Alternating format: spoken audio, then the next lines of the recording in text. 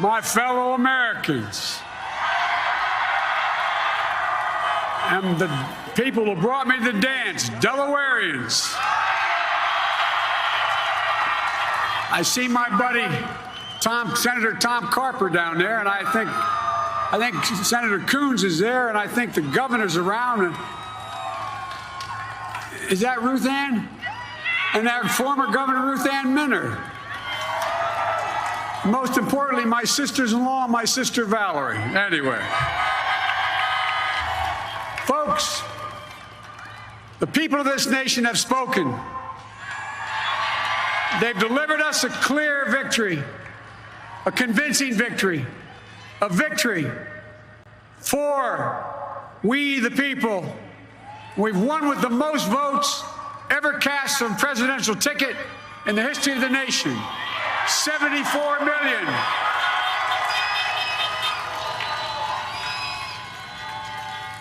What I must admit has surprised me.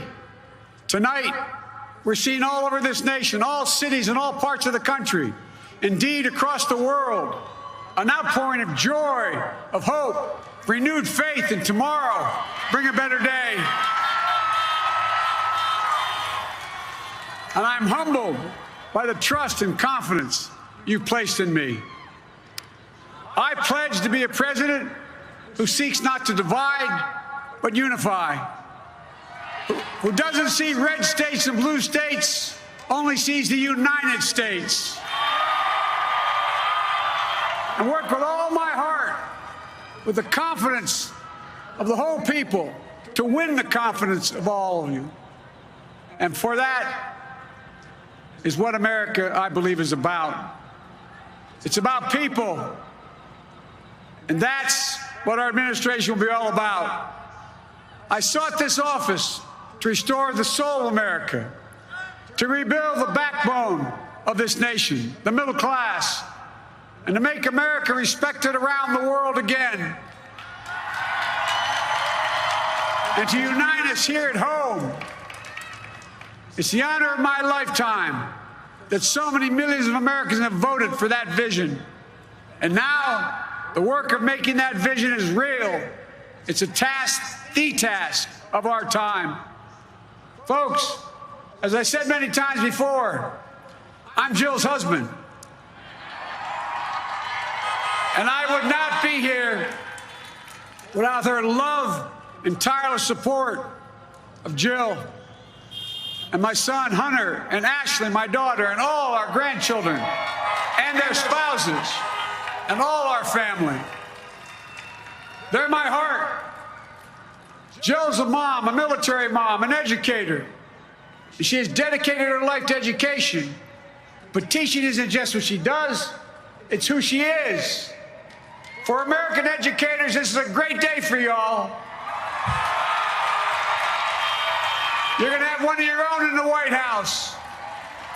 And Jill's going to make a great first lady. I'm so proud of her.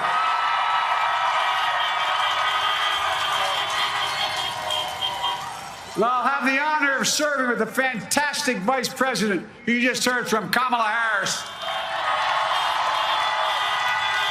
who makes history as the first woman, first black woman, the first woman from South Asian descent, the first daughter of an immigrant ever elected in this country. Don't tell me it's not possible in the United States. It's long overdue. And we're reminded tonight of those who fought so hard for so many years to make this happen. But once again, America's bent the arc of the moral universe more toward justice. Kamala, Doug, like it or not, your family, you become an honorary Biden, there's no way out.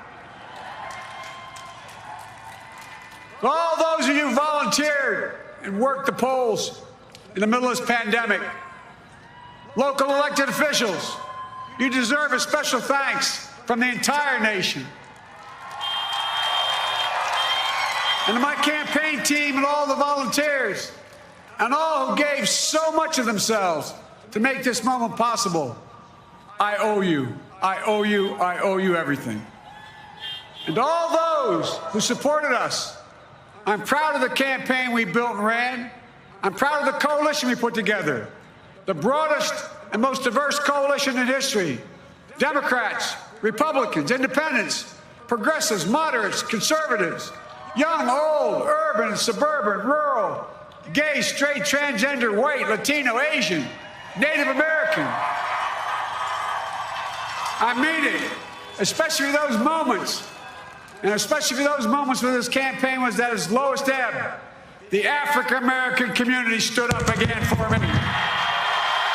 You've always had my back, and I'll have yours.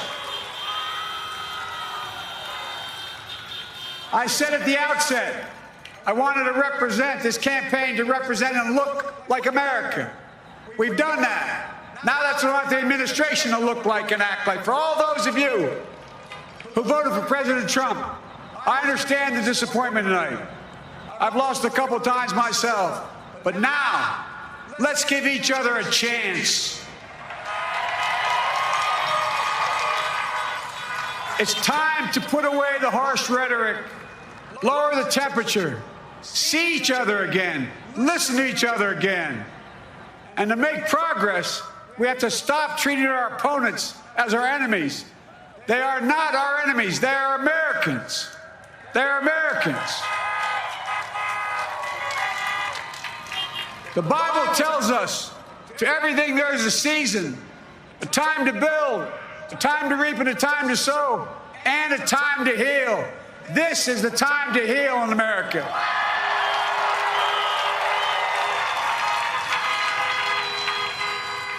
Now this campaign is over. What is the will of the people? What is our mandate? I believe it's this. Americans have called upon us to marshal the forces of decency, the forces of fairness, to marshal the forces of science and the forces of hope in the great battles of our time. The battle to control the virus, the battle to build prosperity, the battle to secure your family's health care, the battle to achieve racial justice and root out systemic racism in this country, and the battle to save our planet by getting climate under control, the battle to restore decency, defend democracy, and give everybody in this country a fair shot. That's all they're asking for, a fair shot. Folks, our work begins with getting COVID under control. We cannot repair the economy, restore our vitality, or relish life's most precious moments, hugging our grandchildren, our children, our birthdays, weddings, graduations, all the moments that matter most to us until we get it under control. On Monday, I will name a group of leading scientists and experts as transition advisors to help take the Biden-Harris COVID plan and convert it into an action blueprint that will start on January the 20th, 2021.